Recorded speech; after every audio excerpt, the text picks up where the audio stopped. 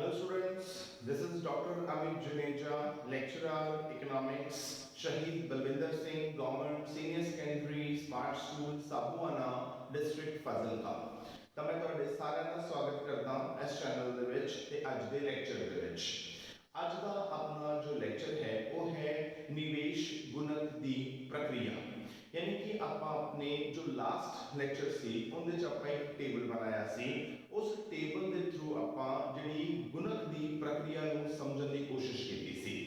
पर कई बार की ਹੁੰਦਾ है भी ਆਪਾਂ ਨੂੰ ਜਿਹੜਾ ਗੁਣਕ ਦੀ ਪ੍ਰਕਿਰਿਆ ਦਾ ਕੁਐਸਚਨ ਹੈ ਉਹ ਲੌਂਗ ਦੇ ਵਿੱਚ ਨਹੀਂ ਆਉਂਦਾ ਬਲਕਿ ਉਹ ਸ਼ਾਰਟ ਨੋਟ ਦੇ ਵਿੱਚ ਆ ਜਾਂਦਾ ਹੈ। ਅਗਰ ਗੁਣਕ ਦੀ ਪ੍ਰਕਿਰਿਆ ਦਾ ਕੁਐਸਚਨ ਜਿਹੜਾ ਹੈ ਉਹ ਸ਼ਾਰਟ ਨੋਟ ਦੇ ਵਿੱਚ ਆਵੇ ਤਾਂ ਆਪਾਂ ਨੂੰ ਕਿਵੇਂ ਹੱਲ ਕਰਨਾ ਹੈ ਅੱਜ ਆਪਾਂ ਉਹੀ ਚੀਜ਼ ਜਿਹੜੀ ਹੈ ਉਹ ਡਿਸਕਸ ਕਰਾਂਗੇ। ਪਰ ਉਹਨੂੰ ਕਰਨ ਤੋਂ ਪਹਿਲਾਂ ਜਿਹੜਾ ਆਪਣਾ ਪਿਛਲਾ ਜਿਹੜਾ ਆਪਾਂ ਲੈਕਚਰ ਦੇ ਵਿੱਚ ਗੁਣਕ ਦੀ ਪ੍ਰਕਿਰਿਆ ਦਾ ਜਿਹੜਾ ਆਪਾਂ ਟੇਬਲ ਬਣਾਇਆ ਸੀ ਉਹ ਟੇਬਲ ਜਿਹੜਾ ਹੈ ਉਹ ਆਪਾਂ ਨੂੰ ਦੁਬਾਰਾ ਤੋਂ ਬਣਾਉਣਾ ਪਏਗਾ ਤਾਂ ਹੀ ਆਪਾਂ ਗੁਣਕ ਦੀ ਪ੍ਰਕਿਰਿਆ ਜਿਹੜੀ ਹੈ ਉਹਨੂੰ ਚੰਗੇ ਤਰੀਕੇ ਨਾਲ ਸਮਝ ਪਾਵਾਂਗੇ। ਤਾਂ ਆਪਾਂ ਆਪਣੇ ਪਿਛਲੇ ਲੈਕਚਰ ਦੇ ਵਿੱਚ ਸਭ ਤੋਂ ਪਹਿਲਾਂ ਇੱਥੇ ਚਰਨ ਲਿਖਿਆ ਸੀ, ਫਿਰ ਆਪਾਂ ਸਭ ਤੋਂ ਪਹਿਲਾਂ ਜਿਹੜਾ ਹੈ ਉਹ ਕੀ ਕਰਨੇ ਆ ਉਹ ਆਪਾਂ ਨਿਵੇਸ਼ ਵਿੱਚ ਬਦਲਾਵ ਜਿਹੜਾ ਹੈ ਉਹ ਕਰਦੇ ਆ। ਕਿਉਂਕਿ ਗੁਣਕ ਕੀ ਕਹਿੰਦਾ ਹੈ ਉਹ ਇਹ ਕਹਿੰਦਾ ਹੈ ਕਿ ਜਦੋਂ ਤੁਸੀਂ ਨਿਵੇਸ਼ ਵਿੱਚ ਬਦਲਾਵ ਕਰੋਗੇ ਤਾਂ ਉਹਦੇ ਕਰਕੇ ਆਮਦਨ ਵਿੱਚ ਬਦਲਾਵ ਹੋਏਗਾ, ਪਰ ਜਿਹੜਾ ਆਮਦਨ ਵਿੱਚ ਬਦਲਾਵ ਹੋਏਗਾ ਉਹ ਨਿਵੇਸ਼ ਵਿੱਚ ਕੀਤੇ ਜਾਣ ਵਾਲੇ ਬਦਲਾਵ ਤੋਂ ਕਈ ਗੁਣਾ ਜ਼ਿਆਦਾ ਹੋਏਗਾ। ਇਹਦਾ ਮਤਲਬ ਸਭ ਤੋਂ ਪਹਿਲਾਂ ਆਪਾਂ ਨੂੰ ਕੀ ਕਰਨਾ ਪਏਗਾ, ਸਭ ਤੋਂ ਪਹਿਲਾਂ ਆਪਾਂ ਨੂੰ ਨਿਵੇਸ਼ ਵਿੱਚ ਬਦਲਾਵ ਜਿਹੜਾ ਹੈ ਉਹ ਕਰਨਾ ਪਏਗਾ। ਅਗਰ ਆਪਾਂ ਨਿਵੇਸ਼ ਕਰਾਂਗੇ ਕਿਸੇ ਕੰਮ ਦੇ ਵਿੱਚ ਪੈਸੇ ਲਾਵਾਂਗੇ ਤਾਂ ਹੀ ਅਗਲੇ ਬੰਦੇ ਦੀ ਆਮਦਨ ਜਿਹੜੀ ਹੈ ਉਹ ਹੋਏਗੀ।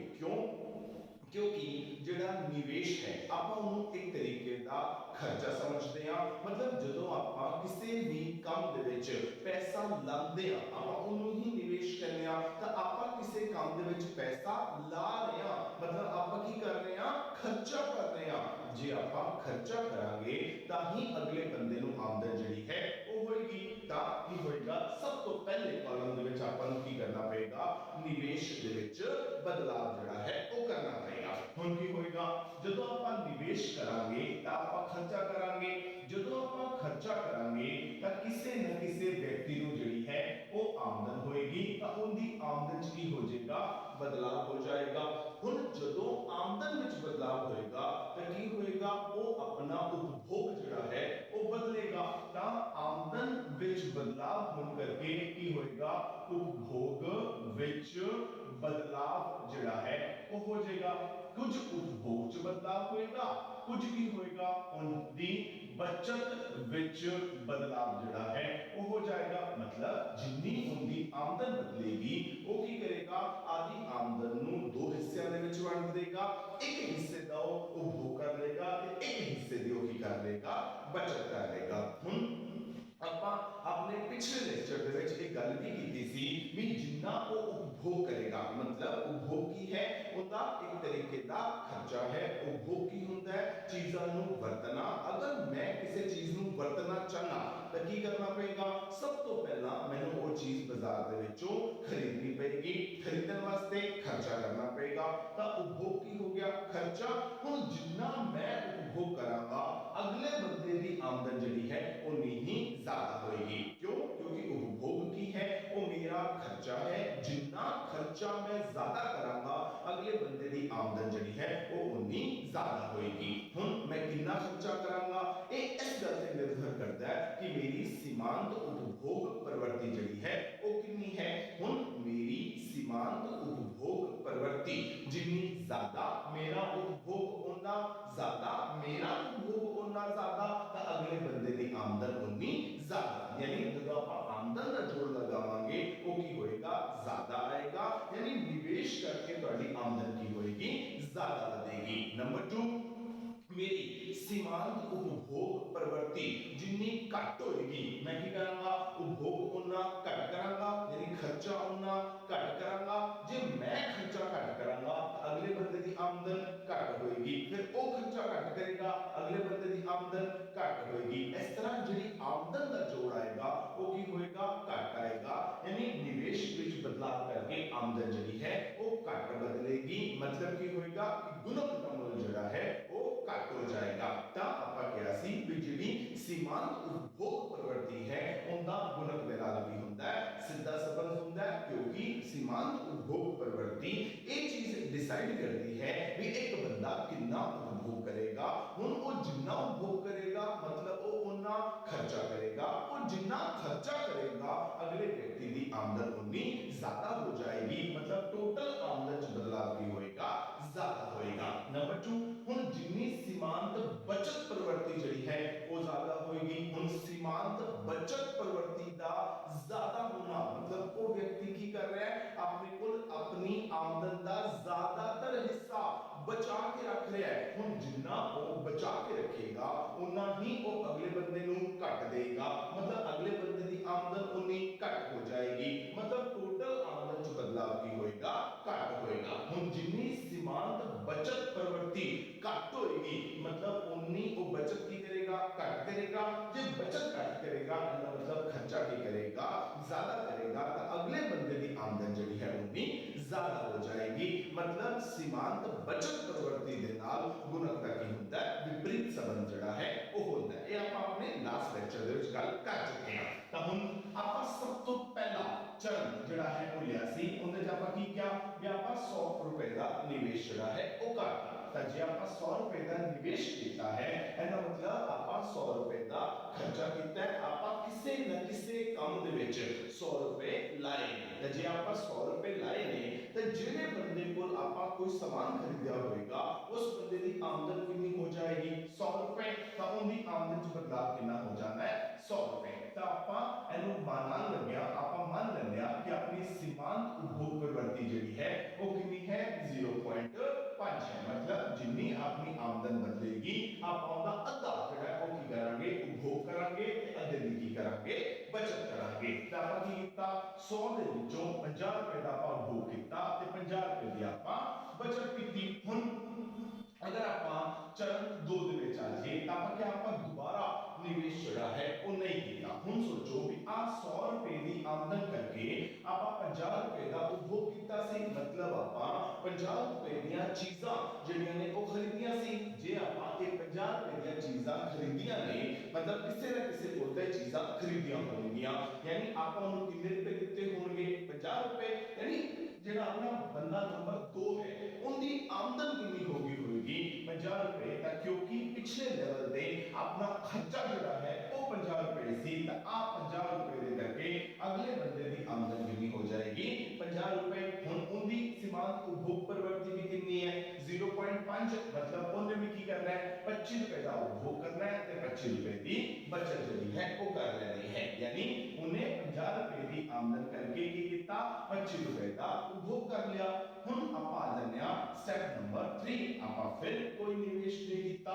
हुन पिछला बंदा जड़ा 2 नंबर वाला सी उन्हें की कीता 25 रुपए का उपभोग कीता, मतलब 25 रुपए दी चीजां खरीदियां, अन्ना मतलब उन्हें खर्चा कितना कीता 25 रुपए का। जे उन्हें 25 रुपए का खर्चा कीता है अन्ना मतलब उन्हें किसी ना किसी को 25 रुपए दी चीजां जड़ियां ने वो खरीदियां होंगियां, तब अगले बंदे की आमदन कितनी हो जाएगी 25 रुपए। ता पिछले व्यक्ति दे 25 रुपए दे उपभोग करके अगले बंदे की आमदन कितनी होगी 25 रुपए। तो वो की करेगा 12.5 रुपए का उपभोग करेगा ते 12.5 रुपए की बचत करेगा। क्यों? क्योंकि आप मान के चल रहे हैं कि उनकी सीमांत उपभोग प्रवृत्ति भी जड़ी है वो 0.5 है। तो आप 25 रुपए दे करके वो व्यक्ति ने 12.5 रुपए का उपभोग जड़ा है वो कर लिया। हुन आ जाने स्टेप नंबर 4 ते। हुन 12.5 रुपए का उपभोग होया, मतलब आ वाला जेड़ा अपना थर्ड पर्सन सी उन्हें 12.5 रुपए दी चीजां खरीदी, मतलब किसी को खरीदियां होंगियां, यानी इन्हें खर्चा कितना कीता 12.5 रुपए, यानी जेड़ा अपना बंदा नंबर 4 है इनकी आमदन कितनी होएगी 12.5 रुपए, क्योंकि पिछले बंदे दे 12.5 रुपए का खर्चा करन करके अगले व्यक्ति की आमदन कितनी होगी 12.5 रुपए। हम उनकी सीमांत उपभोग प्रवृत्ति जेडी है वो 0.5 है, तो उन्हें भी की करना है 6.25 का उपभोग करना है ते 6.25 की बचत जेडी है वो कर लेनी है। उस तो बाद स्टेज नंबर 5, हुन पिछले व्यक्ति ने 6.25 रुपए का उपभोग किया, मतलब 6.25 रुपए का खर्चा किया, यानी अगर इन्हें 6.25 का खर्चा किया तो अगले बंदे की आमदन कितनी होगी 6.25 रुपए, यानी इन्हें 6.25 ਦੇ उपभोग करके अगले बंदे की आमदन 6.25 रुपए ਜਿਹੜਾ ਉਹ ਹੋਗੀ, यानी ਹੁਣ ਉਹਦੀ ਸੀਮਾਂਤ उपभोग प्रवृत्ति भी 0.5 है तो वो 3.125 ਦਾ उपभोग करेगा ਤੇ 3.125 ਦੀ ਆਮ ਜਿਹੜੀ ਹੈ ਉਹ ਬਚਤ ਕਰੇਗਾ। ਤਾਂ ਆ ਪ੍ਰੋਸੈਸ ਜਿਹੜੀ ਹੈ ਉਹ ਕੀ ਹੋਏਗਾ, ਉਹ ਚੱਲਦੀ ਜਾਏਗੀ ਤੇ ਕਦੋਂ ਤੱਕ ਚੱਲਦੀ ਜਾਏਗੀ, ਜਦੋਂ ਤੱਕ ਜਿਹੜਾ ਆਮਦਨ ਵਿੱਚ ਬਦਲਾਵ ਹੈ ਇਹ ਜ਼ੀਰੋ ਨਹੀਂ ਹੋ ਜਾਂਦਾ। ਕਿਉਂ ਇਹ ਜ਼ੀਰੋ ਹੋਏਗਾ, ਦੇਖੋ ਪਹਿਲਾਂ ਕਿੰਨਾ ਸੀ 100, ਫਿਰ 50, ਫਿਰ 25, ਫਿਰ 12.5, ਫਿਰ 6.5, ਅਗਰ ਇੱਥੇ ਪੁੱਟ ਕਰਦੇ ਤਾਂ 3.125 ਹੌਲੀ ਹੌਲੀ ਆਮਦਨ ਵਿੱਚ ਹੋਣ ਵਾਲਾ ਬਦਲਾਵ ਜਿਹੜਾ ਹੈ ਉਹ ਕੀ ਹੋ ਰਿਹਾ ਹੈ, ਘਟ ਰਿਹਾ ਹੈ। मतलब अगर आप आमदन ते उत्पादन दे चक्री प्रवाह के हिसाब नाल देखिए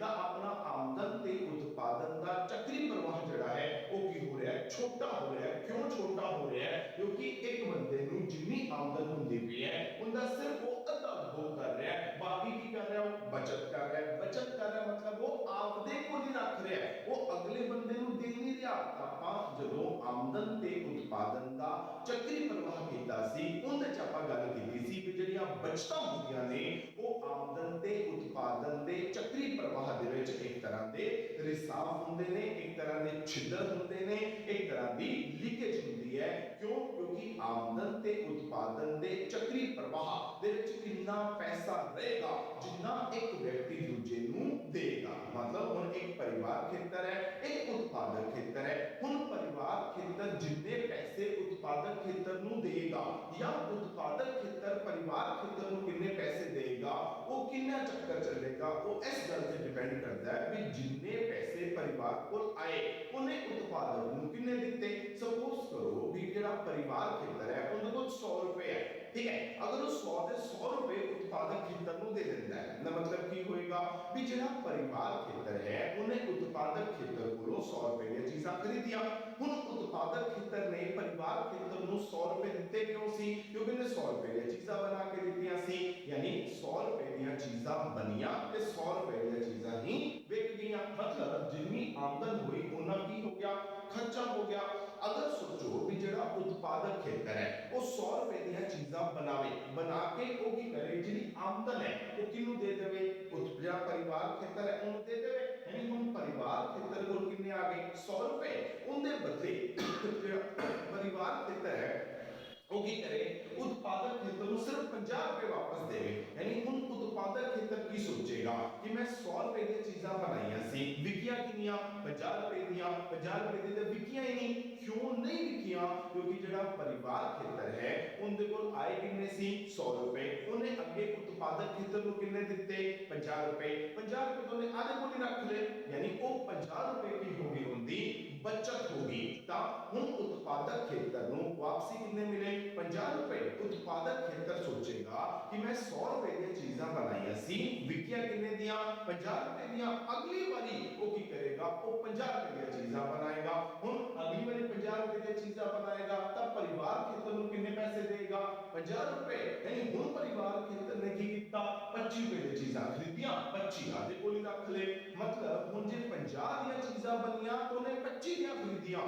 उत्पादक खेतर सोचेगा भी ने जी 50 रुपए दी चीज़ां बनाईयां सी, विकिया 25 रुपए दियां, अगली बार 25 रुपए दी चीज़ां बनाएगा। यानी आमदन ते उत्पादन का चक्री प्रवाह की हुंदा रहेगा, छोटा हुंदा रहेगा। क्यों हुंदा रहेगा, क्योंकि हर बारी की हो रहा है जेड़ा परिवार खेतर है जिन्हों आमदन हो रही है वो की कर रहा है विचों बचत कर रहा है। जिन्नी वो बचत ज्यादा करेगा मतलब उन्ना वो खर्चा घट करेगा, उन्नियां वस्तुआं ते सेवावां जेहड़ियां ने उत्पादक खेतर कोलों घट खरीदेगा, उन्ना उत्पादक खेतर घट उत्पादन करेगा। जे उत्पादन घट करेगा तो रोजगार घटेगा, आमदन घटेगी, तो हौली हौली ये आमदन जी है ये घटती जाएगी, अखीर पे जाके कितनी हो जाएगी जीरो हो जाएगी। क्यों जीरो हो जाएगी, क्योंकि इस प्रवाह के विचों ये ਜਿਹੜੀਆਂ बचतां ने एक तरह का रिसाव बन के, एक तरह की लीकेज बन के, एक तरह की छिद्र बन के जड़ा है वो निकलते जा रहे हैं। हुन सोचो भी अगर आप एक सिंपल जी एग्जांपल ले लिए,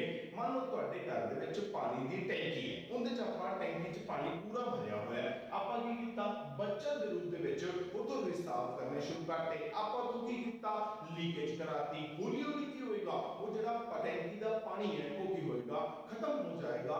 ਮਤਲਬ ਅਖੀਰ ਦੇ ਵਿੱਚ ਜਿਹੜੀ ਆਮਦਨ ਹੈ ਉਹ ਕਿੰਨੀ ਹੋ ਜਾਏਗੀ, ਜ਼ੀਰੋ ਹੋ ਜਾਏਗੀ। ਇਹਦੇ ਜ਼ੀਰੋ ਹੋਣ ਦਾ ਕਾਰਨ ਜਿਹੜਾ ਉਹ ਕੀ ਹੈ, ਉਹ ਬਚਤਾਂ ਨੇ। ਯਾਨੀ ਜਿੰਨੀਆਂ ਬਚਤਾਂ ਜ਼ਿਆਦਾ ਹੋਣਗੀਆਂ ਉਨੀ ਹੀ ਜਲਦੀ ਇਹ ਚੀਜ਼ ਕੀ ਹੋਏਗਾ, ਉਹ ਜ਼ੀਰੋ ਹੋਏਗੀ। ਤਾਂ ਆਪਾਂ ਅਖੀਰ ਤੇ ਜਾ ਕੇ ਅਗਰ ਆਪਾਂ ਇਹਦਾ ਜੋੜ ਲਗਾਈਏ ਤਾਂ ਜੋੜ ਕਿੰਨਾ ਆਏਗਾ। ਦੇਖੋ ਆਪਾਂ 100 ਰੁਪਏ ਦਾ ਨਿਵੇਸ਼ ਇੱਕੋ ਵਾਰੀ ਹੀ ਕੀਤਾ ਸੀ, ਦੁਬਾਰਾ ਤਾਂ ਆਪਾਂ ਕੀਤਾ ਨਹੀਂ, ਤਾਂ ਇੱਥੇ ਕਿੰਨਾ ਆ ਜਾਏਗਾ, 100 ਆ ਜਾਏਗਾ। ਹੁਣ 100 ਦੇ ਵਿੱਚੋਂ ਇਹ ਜਿਹੜਾ ਆਮਦਨ ਦਾ ਬਦਲਾਵ ਹੈ ਇਹ ਕਿੰਨਾ ਆਏਗਾ, 200। 200 ਦੇ ਵਿੱਚੋਂ ਉਪਭੋਗ ਕਿੰਨੇ ਦਾ, 100 ਦਾ, ਤੇ ਬਚਤ ਕਿੰਨੇ ਦੀ, 100 ਦੀ। ਕਿਵੇਂ ਪਤਾ ਲੱਗਿਆ, ਹੁਣ ਮੈਂ ਸਭ ਤੋਂ ਪਹਿਲਾਂ ਗੁਣਕ ਦਾ ਮੁੱਲ ਜਿਹੜਾ ਹੈ ਉਹ ਨਿਕਾਲਣਾ ਸੀ ਕਿ ਗੁਣਕ ਦਾ ਮੁੱਲ ਜਿਹੜਾ ਹੈ ਉਹ ਕਿੰਨਾ ਹੈ।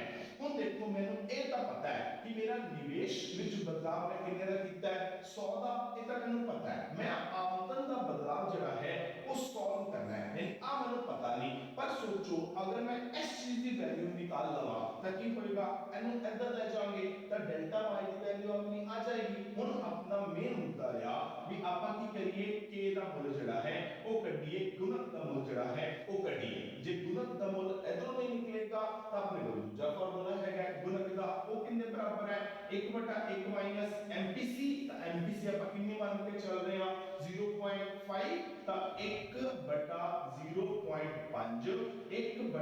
1/5/10 10/5 कितना आ गया, 2। यानी गुणक का मूल कितना आ गया, 2। तो आमदन विच बदलाव कितना होएगा अपना 200। तो आ 200 का टोटल मैनू इस करके पता लग गया सी भी इथे टोटल जड़ा है वो 200 ही आएगा।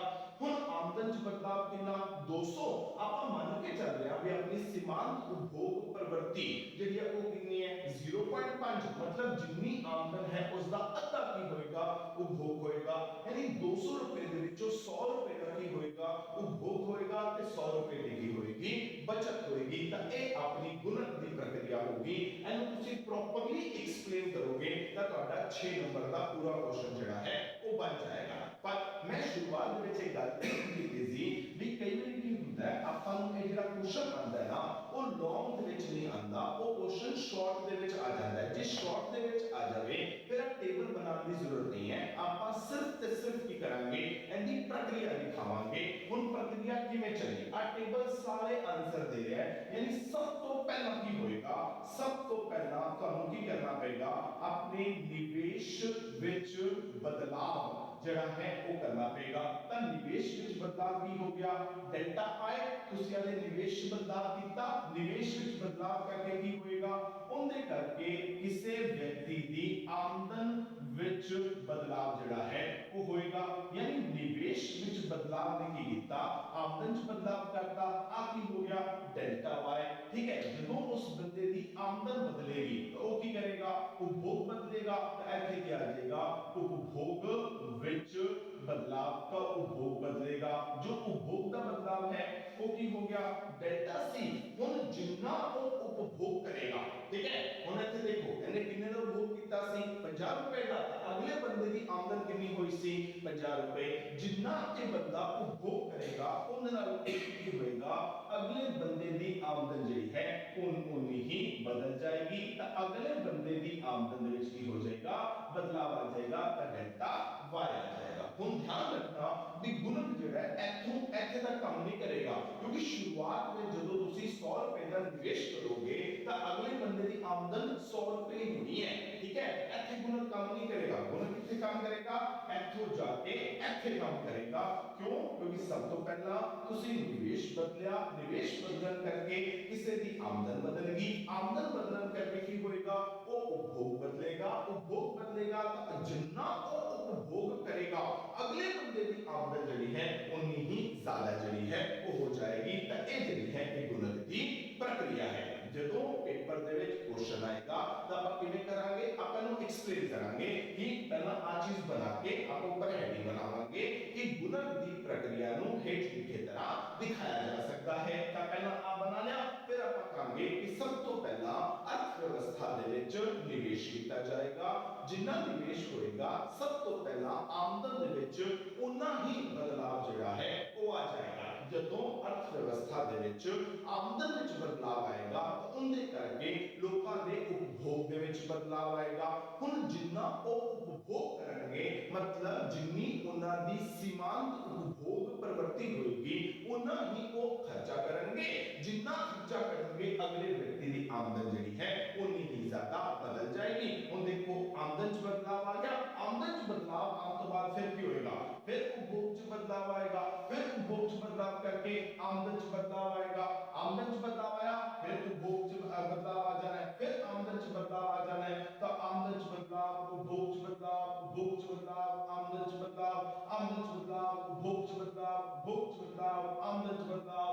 एक प्रक्रिया जी है हमेशा चलती रहनी है। कदों तक चलती रहनी है, जदों तक ये आमदन विच बदलाव जड़ा है ये जीरो नहीं हो जाता, तैनूं आपां गुणक दी प्रक्रिया जड़ी है वो कह देते हैं। तो उम्मीद है तुहानूं गुणक दी प्रक्रिया जड़ी है वो समझ आ गई होगी। ਹੁਣ ਆਪਾਂ ਜਿਹੜੀ ਗੁਣਕ ਦੀ ਪ੍ਰਕਿਰਿਆ ਦੀ ਗੱਲ ਕਰਦੇ ਆ ਤਾਂ ਉਹਦੇ ਚ ਨਾ ਆਪਾਂ ਗੁਣਕ ਦੀ ਦੋ ਤਰ੍ਹਾਂ ਦੀ ਪ੍ਰਕਿਰਿਆ ਦੀ ਗੱਲ ਕਰਦੇ ਆ। ਤਾਂ ਹੀ ਜਿਹੜੇ ਕੇਨਜ਼ ਹੈ ਉਹਨਾਂ ਨੇ ਗੁਣਕ ਨੂੰ ਇੱਕ ਦੋ ਧਾਰੀ ਤਲਵਾਰ ਕਿਹਾ ਹੈ। ਦੋ ਧਾਰੀ ਤਲਵਾਰ ਮਤਲਬ ਇਹ ਕੀ ਕਰੇਗੀ, ਇਹ ਦੋਨੋਂ ਪਾਸੇ ਜਿਹੜਾ ਹੈ ਉਹ ਕੰਮ ਕਰੇਗਾ। ਕਿਵੇਂ ਕਰੇਗਾ, ਕੇਨਜ਼ ਕਹਿੰਦੇ ਆ ਵੀ ਗੁਣਕ ਦਾ ਜਿਹੜਾ ਮੁੱਲ ਹੈ ਨਾ ਉਹ ਇਸ ਗੱਲ ਨੂੰ ਡਿਸਾਈਡ ਕਰਦਾ ਹੈ ਵੀ ਜਦੋਂ ਤੁਸੀਂ ਆਪਣਾ ਨਿਵੇਸ਼ ਬਦਲੋਗੇ ਤਾਂ ਤੁਹਾਡੀ ਆਮਦਨ ਦੇ ਵਿੱਚ ਕਿੰਨਾ ਬਦਲਾਅ ਆਏਗਾ। ਹੁਣ ਇਹਦੀ ਪ੍ਰਕਿਰਿਆ ਕੀ ਹੈ, ਉਹ ਅਨੁਕੂਲ ਵੀ ਹੈ ਤੇ ਪ੍ਰਤੀਕੂਲ ਵੀ ਹੈ। ਅਨੁਕੂਲ ਮਤਲਬ ਤੁਹਾਡੇ ਹੱਕ ਵਿੱਚ ਹੈ, ਪ੍ਰਤੀਕੂਲ ਮਤਲਬ ਤੁਹਾਡੇ ਖਿਲਾਫ ਹੈ।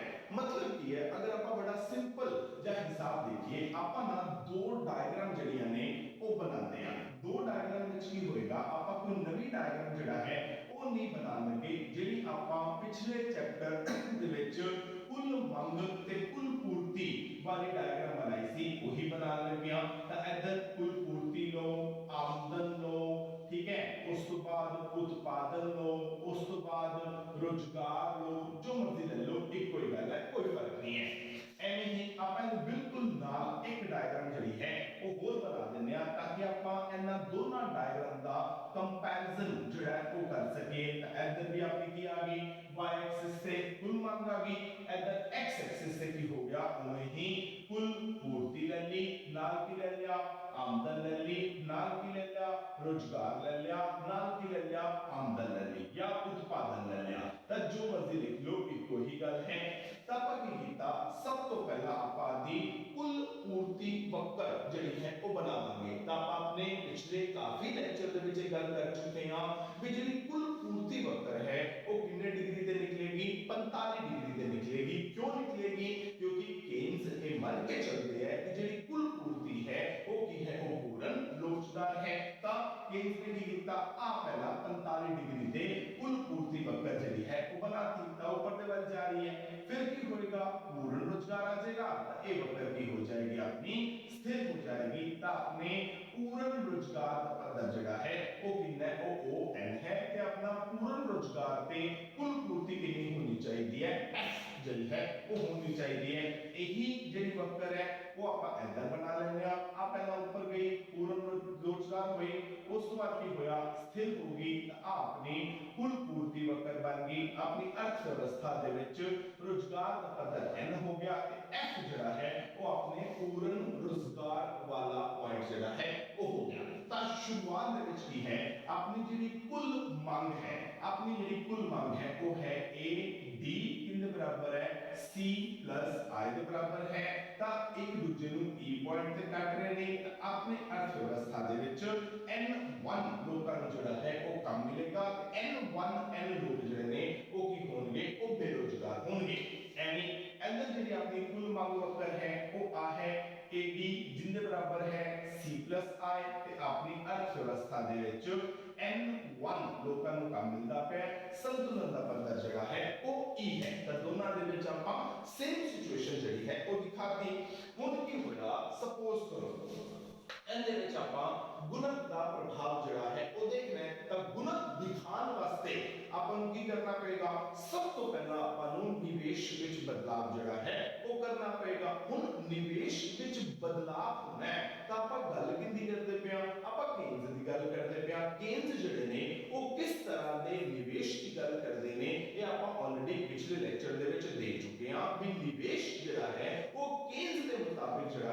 ਉਹ ਸਵਚਲਿਤ ਨਿਵੇਸ਼ ਹੁੰਦਾ ਹੈ, ਜਿਹੜਾ ਕੌਣ ਕਰਦਾ ਹੈ? ਸਰਕਾਰੀ ਖੇਤਰ ਜਿਹੜਾ ਹੈ ਉਹ ਕਰਦਾ ਹੈ। ਤਾਂ ਜਦੋਂ ਵੀ ਸਵਚਲਿਤ ਨਿਵੇਸ਼ ਹੋਏਗਾ ਤਾਂ ਕੀ ਹੋਏਗਾ? ਜਿਹੜੀ ਆਪਣੀ ਕੁੱਲ ਮੰਗ ਹੈ ਉਹ ਵੱਧ ਜਾਏਗੀ। ਕਿਉਂ? ਸਰਕਾਰ ਨਿਵੇਸ਼ ਵਧਾ ਰਹੀ ਹੈ। ਆ ਕੀ ਹੋ ਜਾਏਗਾ? ਆय ਕੀ ਹੋ ਜਾਏਗਾ? ਵੱਧੇਗਾ। ਅਗਰ ਆਪਾਂ 80 ਦੇ ਵਿੱਚ C ਨੂੰ ਉਨਾ ਹੀ ਲੈ ਲਈਏ, ਆय ਪਹਿਲਾਂ ਨਾਲੋਂ ਵਧਾ ਦਈਏ ਤਾਂ ਕੁੱਲ ਮੰਗ ਕੀ ਹੋ ਜਾਏਗੀ? ਵੱਧ ਜਾਏਗੀ। ਜੇ ਕੁੱਲ ਮੰਗ ਵਧੇਗੀ ਤਾਂ ਕੀ ਹੋਏਗਾ? ਉੱਪਰ ਵੱਲ ਸ਼ਿਫਟ ਕਰੇਗੀ, ਪਰ ਜੋ ਸ਼ਿਫਟਿੰਗ ਹੋਏਗੀ ਉਹ ਕੀ ਹੋਏਗਾ? ਪੈਰਲਲ ਹੋਏਗੀ। ਕਿਉਂ ਹੋਏਗੀ? ਇਹ ਆਪਾਂ ਆਪਣੇ ਪਿਛਲੇ ਲੈਕਚਰ 'ਚ ਡਿਸਕਸ ਕਰ ਚੁੱਕੇ ਹਾਂ। ਤਾਂ ਕੀ ਹੋਇਆ? ਸਰਕਾਰ ਨੇ ਜਿਹੜਾ ਹੈ ਉਹ ਨਿਵੇਸ਼ ਵਧਾਇਆ। ਨਿਵੇਸ਼ ਵਧਾਉਣ ਕਰਕੇ ਜਿਹੜੀ ਆਪਣੀ ਕੁੱਲ ਮੰਗ ਹੈ ਉਹ ਬਣ ਗਈ AD1। ਇਹ ਕਿੰਨੇ ਬਰਾਬਰ ਹੈ? C plus I। ਇਹ ਤਾਂ ਪਹਿਲੇ ਹੀ ਹੈਗਾ ਸੀ, ਨਾਲ ਕੀ ਹੋ ਗਿਆ? ਡੈਲਟਾ I ਪਲੱਸ ਹੋ ਗਿਆ, ਯਾਨੀ ਜਿਹੜਾ ਸਰਕਾਰ ਨੇ ਨਿਵੇਸ਼ ਵਧਾ ਦਿੱਤਾ। ਜਾਂ ਹੁਣ ਸੰਤੁਲਨ ਕਿੱਥੇ ਆ ਗਿਆ? E1 ਤੇ E1 ਦੇ ਅਕੋਰਡਿੰਗਲੀ ਆਪਣੇ ਲੋਕਾਂ ਨੂੰ ਕੰਮ ਮਿਲਦਾ ਪਿਆ N2। ਯਾਨੀ ਕੀ ਹੋਇਆ? ਆਪਾਂ ਇੱਥੇ ਨਿਵੇਸ਼ ਕੀ ਕੀਤਾ? ਵਧਾਇਆ। ਨਿਵੇਸ਼ ਵਧਾਉਣ ਨਾਲ ਕੀ ਹੋ ਗਿਆ? ਆਪਣੇ ਇੱਥੇ ਕੁੱਲ ਪੂਰਤੀ, ਆਮਦਨ, ਉਤਪਾਦਨ, ਰੋਜ਼ਗਾਰ ਕੀ ਹੋ ਗਏ? ਵੱਧ ਗਏ। ਠੀਕ ਹੈ ਜੀ, ਇਹ ਤਰੀਕਾ ਹੈ। ਇਹ ਹੈ ਇਹ ਗੁਣਕ ਦੀ ਅਨੁਕੂਲ ਪ੍ਰਕਿਰਿਆ ਹੈ। ਅਨੁਕੂਲ ਮਤਲਬ ਜਿਹੜੀ ਤੁਹਾਡੇ ਹੱਕ ਵਿੱਚ ਹੈ, ਜੋ ਇਹ ਕਹਿੰਦੀ ਹੈ ਕਿ ਜਦੋਂ ਤੁਸੀਂ ਨਿਵੇਸ਼ ਵਧਾਓਗੇ ਤਾਂ ਕੀ ਹੋਏਗਾ? ਆਮਦਨ ਵਧੇਗੀ ਤੇ ਉਸ ਤੋਂ ਕਈ ਗੁਣਾ ਜ਼ਿਆਦਾ ਵਧੇਗੀ। ਤਾਂ ਦੇਖੋ, ਨਿਵੇਸ਼ ਵਧਾਇਆ, ਆਮਦਨ ਵਧੀ ਤੇ ਕਈ ਗੁਣਾ ਜ਼ਿਆਦਾ ਵਧੀ। ਠੀਕ ਹੈ, ਇੱਧਰ ਆਪਾਂ ਕੀ ਕਰਦੇ ਆ? ਇੱਧਰ ਆਪਾਂ ਨਿਵੇਸ਼ ਘਟਾ ਦਿੰਦੇ ਆ। ਅਗਰ ਆਪਾਂ ਨਿਵੇਸ਼ ਘਟਾਇਆ ਤਾਂ ਆਪਣੀ ਨਵੀਂ ਮੰਗ ਵਕਰ ਜਿਹੜੀ ਹੈ ਉਹ AD1 ਬਣੀ। AD1 ਕਿੰਨੇ ਬਰਾਬਰ ਹੈ? C plus I। ਇਹ ਤਾਂ ਪਹਿਲੇ ਹੀ ਹੈਗੇ ਸੀ। ਹੁਣ ਸਰਕਾਰ ਨੇ ਕਿਉਂਕਿ ਨਿਵੇਸ਼ ਘਟਾਇਆ ਹੈ तो ਕੀ ਹੋ ਜਾਏਗਾ? ਮਾਈਨਸ ਡੈਲਟਾ I ਜਿਹੜਾ ਹੈ ਉਹ ਹੋ ਜਾਏਗਾ। ਹੁਣ ਅਗਰ ਆਪਾਂ ਸੰਤੁਲਨ ਦੇਖੀਏ ਤਾਂ E1 ਤੇ E1 ਦੇ ਅਕੋਰਡਿੰਗਲੀ N2 ਲੋਕਾਂ ਨੂੰ ਜਿਹੜਾ ਹੈ ਉਹ ਕੰਮ ਮਿਲੇਗਾ। ਯਾਨੀ ਆਪਾਂ ਨਿਵੇਸ਼ ਘਟਾਇਆ ਇੰਨਾ, ਆਮਦਨ ਘਟੀ ਇੰਨੀ, ਯਾਨੀ ਆਮਦਨ ਉਸ ਤੋਂ ਜ਼ਿਆਦਾ ਘਟੀ। ਇਹ ਹੈ ਇੱਕ ਗੁਣਕ ਦੀ ਪ੍ਰਤੀਕੂਲ ਪ੍ਰਕਿਰਿਆ ਜਿਹੜੀ ਹੈ ਉਹ ਹੋ ਜਾਂਦੀ ਹੈ। ਪ੍ਰਤੀਕੂਲ ਮਤਲਬ ਜਿਹੜੀ ਤੁਹਾਡੇ ਖਿਲਾਫ ਜਾਏਗੀ। ਤਾਂ ਗੁਣਕ ਦੀ ਅਨੁਕੂਲ ਪ੍ਰਕਿਰਿਆ ਕਹਿੰਦੀ ਹੈ ਵੀ ਜਦੋਂ ਤੁਸੀਂ ਨਿਵੇਸ਼ ਵਧਾਓਗੇ ਤਾਂ ਆਮਦਨ ਵਧੇਗੀ ਤੇ ਉਸ ਤੋਂ ਕਈ ਗੁਣਾ ਜ਼ਿਆਦਾ ਵਧੇਗੀ। ਜੇ ਤੁਸੀਂ ਨਿਵੇਸ਼ ਘਟਾਇਆ ਤਾਂ ਕੀ ਹੋਏਗਾ? ਆਮਦਨ ਘਟੇਗੀ ਤੇ ਉਸ ਤੋਂ ਕਈ ਗੁਣਾ ਜ਼ਿਆਦਾ ਜਿਹੜਾ ਹੈ ਉਹ ਘਟ ਜਾਏਗੀ। ਤਾਂ ਇਹ ਆਪਣੀ ਗੁਣਕ ਦੀ ਅਨੁਕੂਲ ਪ੍ਰਕਿਰਿਆ ਤੇ ਇਹ ਗੁਣਕ ਦੀ ਪ੍ਰਤੀਕੂਲ ਪ੍ਰਕਿਰਿਆ ਜਿਹੜੀ ਹੈ ਉਹ ਹੋ ਜਾਂਦੀ ਹੈ। ਆਪਾਂ ਨੂੰ ਚਾਹੀਏ ਤਾਂ ਆਪਾਂ ਨੁਮੈਰੀਕਲ ਥਰੂ ਵੀ ਦਿਖਾ ਸਕਦੇ ਹਾਂ। ਸਪੋਜ਼ ਕਰੋ ਵੇ ਕਹਿੰਦੇ ਗੁਣਕ ਦਾ ਮੁੱਲ ਜਿਹੜਾ ਹੈ ਉਹ 4 ਹੈ, ਤਾਂ ਆਪਾਂ ਇੱਧਰ ਵੀ ਗੁਣਕ ਦਾ ਮੁੱਲ 4 ਲੈ ਲੈਂਦੇ ਆ, ਆਪਾਂ ਇੱਧਰ ਵੀ ਗੁਣਕ ਦਾ ਮੁੱਲ 4 ਲੈ ਲੈਂਦੇ ਆ।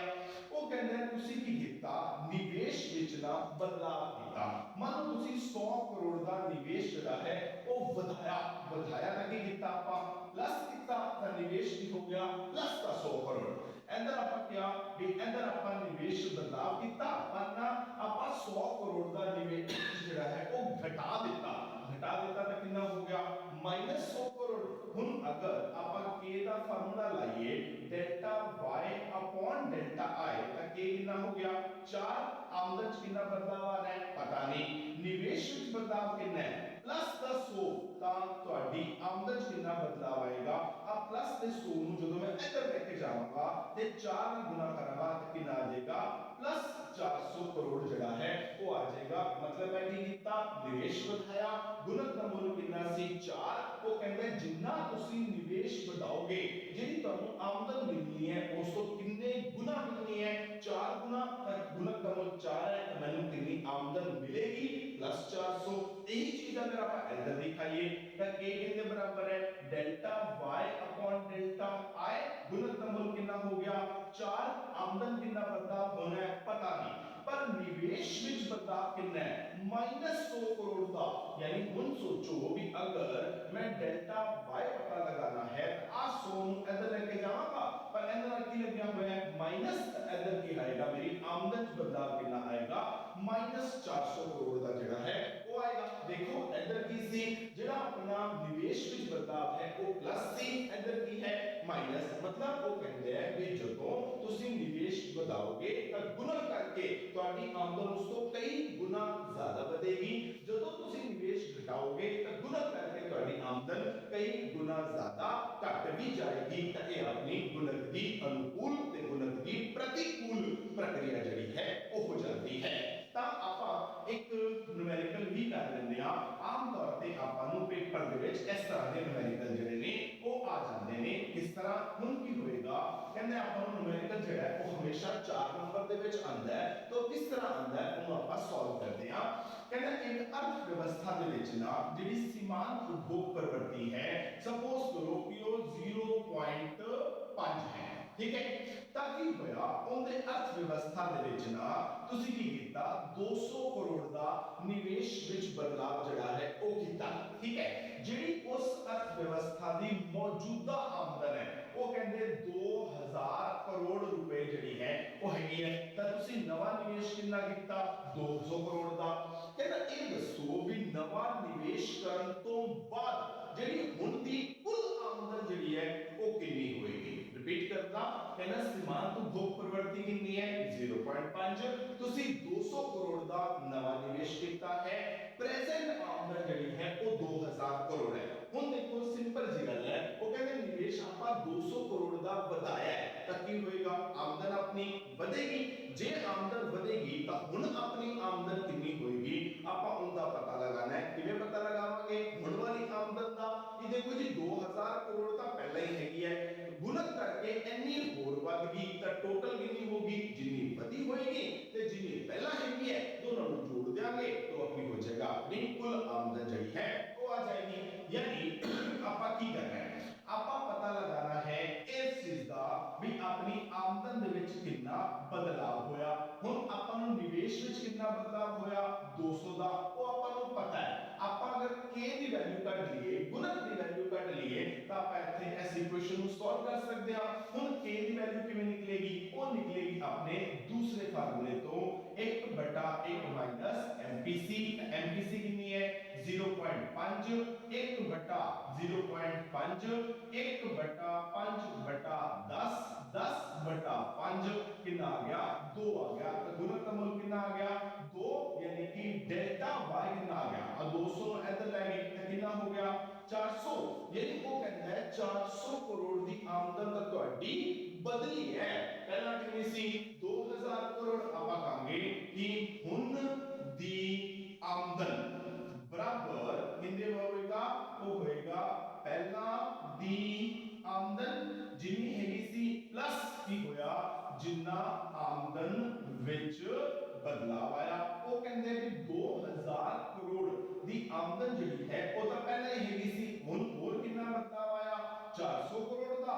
इस टाइम अपनी आमदन कितनी होएगी, 2400 करोड़ दी आमदन जिहड़ी है वो हो जाएगी। ता एक अपने इस तरह दे न्यूमेरिकल जिहड़े ने वो पेपर दे विच आएंगे। तुसी की करना है, हर वाली गुणक दे दोनों फार्मूले जिहड़े ने वो लगाने ने। गुणक दे दो ही फार्मूले ने। की होएगा, अगर 1 MPC नहीं दिता होया तो की दिता होएगा, तानु सीमांत बचत प्रवृत्ति दिती होएगी तो 1/MP S कर लिया जे। यानी हर एक क्वेश्चन दे विच की होएगा, ये दो ही फार्मूले लगेंगे।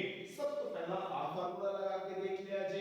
एन च देखा जे तानु सारे मूल पता ने, जे तक दो मूल पता ने तो तीजे दा मूल निकल सकता है। पर ਇੱਥੇ ਕੀ ਸੀ, ਆਪਾਂ ਨੂੰ ਸਿਰਫ ਇੱਕ ਮੁੱਲ ਪਤਾ ਸੀ, ਡੈਲਟਾ ਆਏਗਾ। ਮੈਂ ਫਿਰ ਕੀ ਕੀਤਾ, ਗੁਣਕ ਦਾ ਮੁੱਲ ਕੱਢਣਾ ਹੈ। ਹੁਣ ਮੈਨੂੰ ਪਤਾ ਲੱਗਿਆ ਵੀ ਗੁਣਕ ਦਾ ਮੁੱਲ ਕਿਵੇਂ ਨਿਕਲੇਗਾ, ਤਾਂ ਮੈਨੂੰ ਲੱਗਿਆ ਕਿ MPC ਦਿੱਤੀ ਹੋਈ ਹੈ, ਯਾਨੀ ਸੀਮਾਂਤ ਉਪਭੋਗ ਪ੍ਰਵਰਤੀ ਜਿਹੜੀ ਹੈ ਉਹ ਦਿੱਤੀ ਹੋਈ ਹੈ। ਤਾਂ ਸੀਮਾਂਤ ਉਪਭੋਗ ਪ੍ਰਵਰਤੀ ਨਾਲ ਆਪਾਂ ਕੀ ਕਰ ਸਕਦੇ ਹਾਂ, ਦੂਸਰਾ ਫਾਰਮੂਲਾ ਲਗਾ ਕੇ ਆਪਾਂ ਗੁਣਕ ਦਾ ਮੁੱਲ ਜਿਹੜਾ ਹੈ ਉਹ ਕੱਢ ਸਕਦੇ ਹਾਂ। ਤਾਂ ਮੈਂ ਦੂਸਰਾ ਫਾਰਮੂਲਾ ਲਗਾਇਆ, ਉਹਦੇ ਨਾਲ ਕੀ ਕੀਤਾ, ਗੁਣਕ ਦਾ ਮੁੱਲ ਸੋਲਵ ਕਰ ਲਿਆ। ਗੁਣਕ ਦਾ ਮੁੱਲ ਇੱਥੇ ਪੁੱਟ ਕਰਤਾ, ਆਪਾਂ ਨੂੰ ਕੀ ਪਤਾ ਲੱਗ ਗਿਆ, डेल्टा y पता लग गया। मतलब अपनी आमदन दे विच कितना बदलाव होया है वो पता लग गया। वो कहते शुरुआत दे विच 2000 करोड़ दी आमदन सी, 400 करोड़ दी आमदन ਤੁਹਾਡੀ ਹੋਰ बदल गई है। तो इस टाइम आमदन कितनी होएगी, अपनी 2000 ते 400 2400 करोड़ दी आमदन जड़ी है वो हो जाएगी। जिन्ने भी न्यूमेरिकल ਤੁਹਾਡੀ बुक दे विच ਦਿੱਤੇ ਗਏ ਹੋਣਗੇ ਸਾਰੇ ਇਹਦੇ ਨਾਲ ਹੀ ਹੋਣਗੇ। ਥੋੜੀ ਬਹੁਤੀ ਜਿਹੜੀ ਸਟੇਟਮੈਂਟ ਹੈ ਉਹਨੂੰ ਚੇਂਜ ਕੀਤਾ ਹੋਵੇਗਾ, ਬਾਕੀ as it is he question ਜਿਹੜੇ ਨੇ ਉਹ ਸੋਲਵ ਹੋਣੇ ਨੇ। ਤਾਂ ਤੁਸੀਂ ਉਹਨਾਂ ਸਾਰੇ ਕੁਐਸਚਨ ਦੀ ਪ੍ਰੈਕਟਿਸ ਜਿਹੜੀ ਹੈ ਉਹ ਜ਼ਰੂਰ ਕਰਨੀ ਹੈ। ਜਿੰਨੀ ਜ਼ਿਆਦਾ ਪ੍ਰੈਕਟਿਸ ਕਰੋਗੇ ਉਨੇ ਹੀ ਗਲਤੀ ਕਰਨ ਦੇ ਚਾਂਸਸ ਜਿਹੜੇ ਨੇ ਉਹ ਘੱਟ ਹੋ ਜਾਣਗੇ। ਤਾਂ ਉਮੀਦ ਹੈ ਤੁਹਾਨੂੰ ਲੈਕਚਰ ਅੱਛਾ ਲੱਗਿਆ ਹੋਵੇਗਾ, ਪਸੰਦ ਆਇਆ ਹੋਵੇਗਾ। ਤਾਂ ਆਪਣੇ ਚੈਨਲ ਨੂੰ ਸਬਸਕ੍ਰਾਈਬ ਜ਼ਰੂਰ ਕਰ ਲਓ, ਨਾਲ ਨੂੰ ਲਾਈਕ ਤੇ ਸ਼ੇਅਰ ਵੀ ਕਰ ਦਿਓ ਤਾਂ ਕਿ ਬਾਕੀ ਬੱਚਿਆਂ ਤੱਕ ਵੀ ਆਪਣੇ ਲੈਕਚਰ ਜਿਹੜੇ ਨੇ ਉਹ ਪਹੁੰਚ ਜਾਣ। ਤਾਂ ਮਿਲਦੇ ਆ ਆਪਣੇ ਅਗਲੇ ਲੈਕਚਰ ਦੇ ਵਿੱਚ। ਉਹਦੇ ਚ ਆਪਾਂ ਆਪਣਾ ਅਗਲਾ ਚੈਪਟਰ ਜਿਹੜਾ ਹੈ ਉਹ ਡਿਸਕਸ ਕਰਾਂਗੇ। Thank you very much.